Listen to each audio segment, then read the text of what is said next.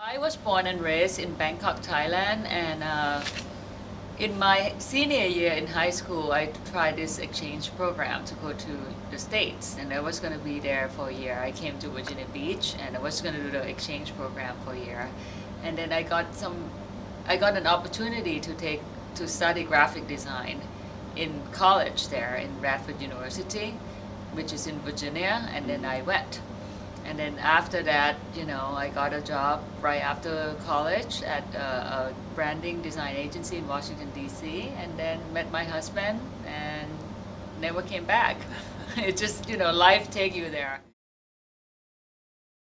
I think I will one day, but for now, it's just so much opportunities overseas, and now I have a little girl too, so my family is kind of settled there in U.S. now. But I always think that one day I would like to come back for sure. Well, I think it's a little bit advantage for me I was born and raised here, and I didn't go to United States until I was 16. So I had a pretty solid understanding of different culture in Asia, as well as I always study art since I was very young age, and I was trained as an artist. And that training that I got from Thailand, it's very different kind of education you can get from US. I mean, the craft in Thailand is quite tight.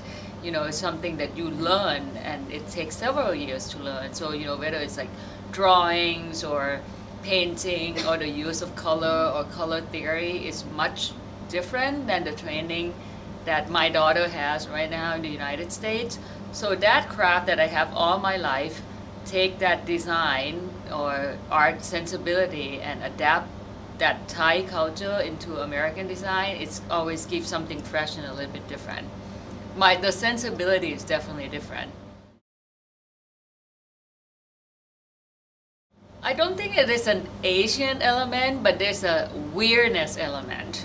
And design is a little bit hard to explain. So like the way I use color is different, the way I look at different perspective is different. We do a lot of work in fashion industry, so even like the way we style thing, like let's say if there's a new production of the Washington Ballet at the Kennedy Center, and the photo shoot is about like the witch trial, witchcraft, and in the normal US way you would style thing like the black hair and black dress and very dark. So I did almost opposite. I did white hair, white dress, the makeup is very almost like Chinese opera, all red looking. So like, that kind of thing the client is not used to. And that's all about when, I hate to say East meets West, but I didn't plan to think that way, but that's just how I think. We do a lot of work for fashion and entertainment industry. So a lot of it required a very well executed photography, art direction, craft, especially something like the Washington Ballet or fashion editorial. Usually the bar is quite high because people in industry, they have seen everything. So being weird, being strange, taking a lot of risk, and being super imaginative is a must in my business. So the weirder is the better.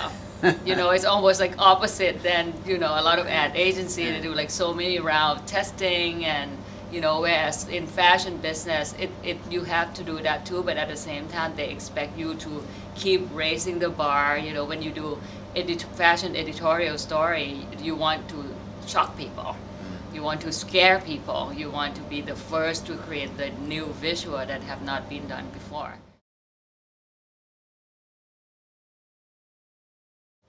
For my personal business, it's very separated because we usually just deal with the client directly. I think the difference between design and advertising, especially for the client, I think the relationship between agency is different. Like the relationship between a design agency that we have with a client, the same client, is much different than the same client have with an ad agency. I think design is very one-on-one. When you design something, a lot of time I sit down with a CMO and having a conversation, of, where do you want to go, what do you want to accomplish, what's the sensibility, what's the look and feel, who are we talking to, but it's much more personal, at a personal level. We never go in, like getting a big brief, go in and then come back with a huge solution. It's always like a process. It's almost, it's almost like when you want to build a house, right? So you tell your architect, what do you want to build? Like things you like, you like modern, you like open space. So your architect will come back to you and ask you back and forth question, and then it's a process of building a house. The architect is not just gonna be like, okay, give me all the information you need. I'm gonna go back to my office and come back and give you, here's the house. Design doesn't work that way because it's very collaborative between the client and design agency.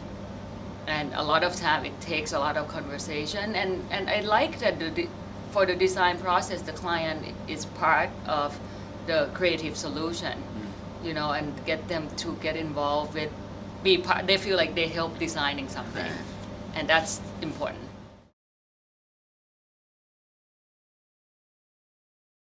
There's a lot of work that stood out.